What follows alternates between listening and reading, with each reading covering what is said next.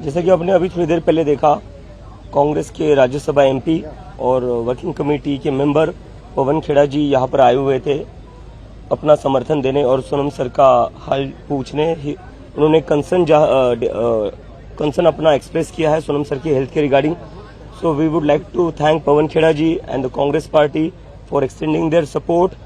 वो भी सेम ही मुद्दे पर लड़ाई लड़ रहे हैं, हम भी सेम ही मुद्दे पर लड़ाई लड़ रहे हैं और वक्त आ गया है कि सभी लोगों को, इस देश की पूरी जनता को अपने जो भी डिफरेंसेस है सारे साइड में रखकर एक साथ आना होगा देश में अकाउंटेबिलिटी वापस लाने के लिए।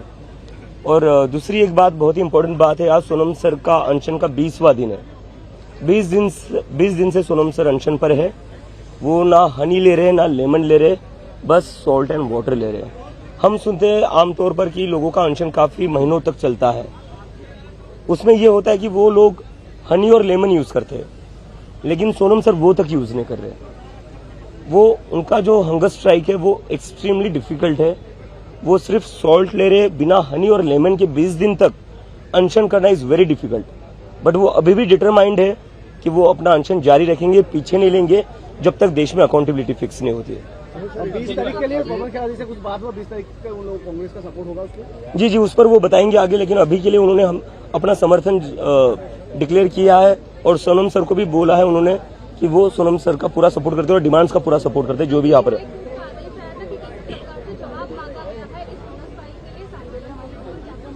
मुझे लगता है उस पर सोनम सर ने खुद ही बात कह दी। उन्होंने एक वीडियो डिक्लेयर करा था जहां पर उन्होंने कहा था वो अपनी मर्जी से बैठे हुए हैं और वो जब तक देश में अकाउंटेबिलिटी फिक्स नहीं होती तब तक यहाँ से उठेंगे नहीं। उन्हें कोई जबरदस्ती सरकार उठा नहीं सकती, ये सर ने खुद ही कहा है। और सर ने यह भी कहा है कि अगर सरकार को सोनम सर का अनशन तोड़ना है या रिजॉल्व करवाना है तो सोनम सर की बात मान लेना, बात मान लीजिए, मुद्दा यहीं पर खत्म हो जाएगा, अनशन यहीं पर खत्म हो जाएगा। वो बात क्यों नहीं मान रहे?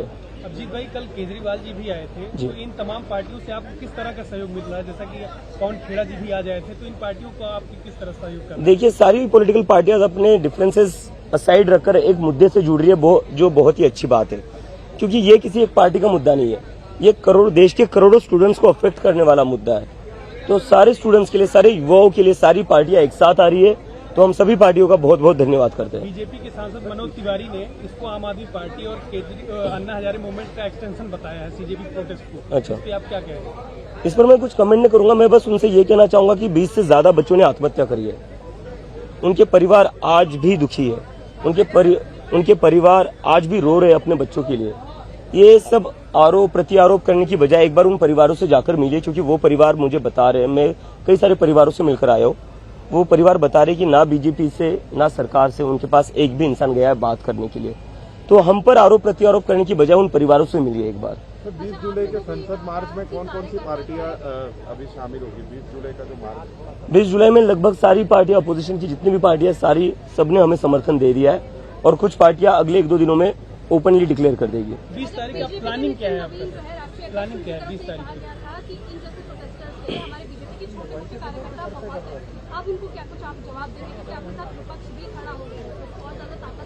नहीं, मतलब कहना क्या चाहते हैं कि प्रोटेस्टर्स के लिए 20-22 कार्यकर्ता बहुत है।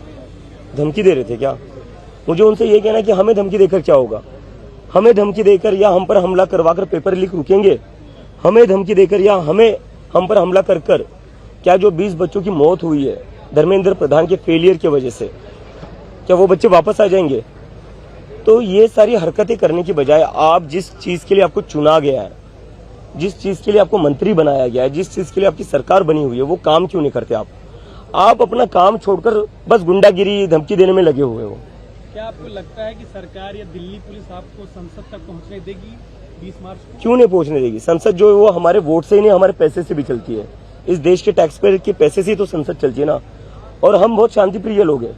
आप देख रहे हैं आज हमारा प्रोटेस्ट का 28वां दिन है, लगभग 1 महीना हो चुका है हमारे प्रोटेस्ट को। इतनी कड़ी धूप में बारिश भी हुई, हम फिर भी यहाँ पर शांतिपूर्ण तरीके से बैठे हुए।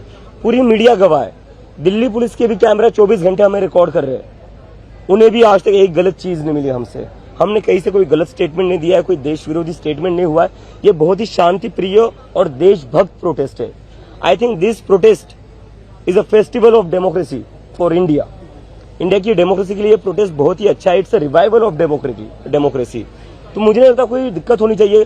20 तारीख का जो मार्च होगा हमारा, वो मार्च भी पीसफुल होगा। उसमें हम गांधी की फोटो लेकर चलेंगे, अंबेडकर की फोटो लेकर चलेंगे, हाथ में संविधान लेकर चलेंगे।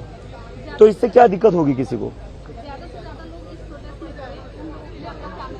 मेरी उन लोगों से बस एक ही अपील है, लगभग 20 दिन हो चुके हैं सोनम सर को अनशन पर बैठे हुए। 1 महीने से लगभग 1 महीना हो चुका है हमें ये प्रोटेस्ट पर बैठे हुए। अगर हम लोग यहाँ पर 1 महीना बैठ सकते हैं, सोनम सर 20 दिनों तक अनशन पर बैठ सकते हैं, तो आप एक दिन निकाल कर अपने फ्यूचर के लिए तो आ सकते हो। तो मेरी सभी से रिक्वेस्ट है, जितने भी लोग ये वीडियो देख रहे हैं, 20 जुलाई को मंडे है, मुझे पता है आपका ऑफिस होगा, कॉलेज होगा या स्कूल होगा, एक दिन की छुट्टी के लिए, अपने फ्यूचर के लिए, इस देश के फ्यूचर के लिए एक दिन निकाल कर आइए और हम साथ में संसद चलते हैं अपनी बात रखने के लिए। Thank you.